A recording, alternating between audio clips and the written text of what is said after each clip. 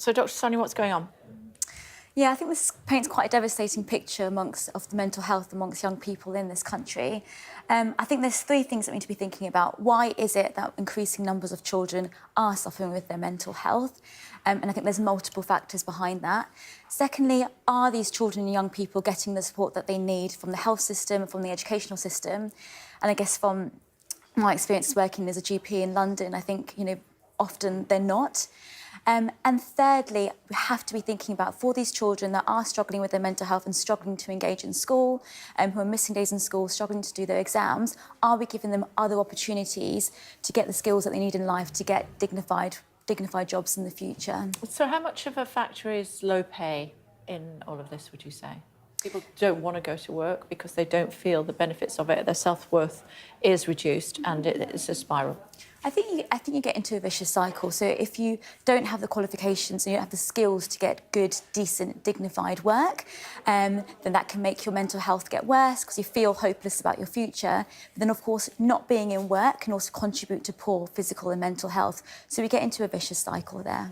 The counter-argument, Rachel, is that people in their 40s want to work more than younger people. Well, certainly historically, as we said earlier, I think people who are older would have been the ones more likely to not be in work. But what you've got here is such a massive mental health crisis amongst young people. So many of them. It says more than one third of 18 to 24-year-olds are suffering from these conditions. That has almost tipped the scales.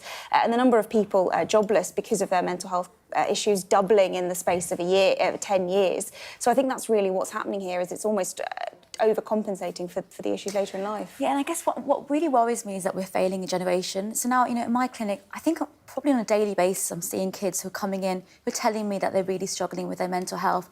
And I find it quite personally heartbreaking as a GP that I know if I'm going to refer them to get to the mental health service to get support, they can be waiting months, sometimes 6 months, sometimes longer than that, to get the support that they need. And often I see in that timescale their mental health deteriorate.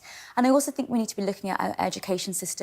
I had a case recently of a young boy really struggling with his mental health, panic attacks, anxiety. Actually, a large part of that was due to the fact that his living conditions were really, really poor. And then he just wasn't getting the support from school. To be honest, the school actually then went and suspended him for poor behaviour. So we need to make sure that schools as well are equipped to support these kids that are struggling with their mental health, so they don't get into the spiral of not being able to engage in school, not getting in qualifications, and then having poor job prospects and lack of opportunities later on in life. Okay, we must leave it there, ladies. Thanks very much indeed. Thank you. Here's something to lift your mood now. Wigan has won the World Cup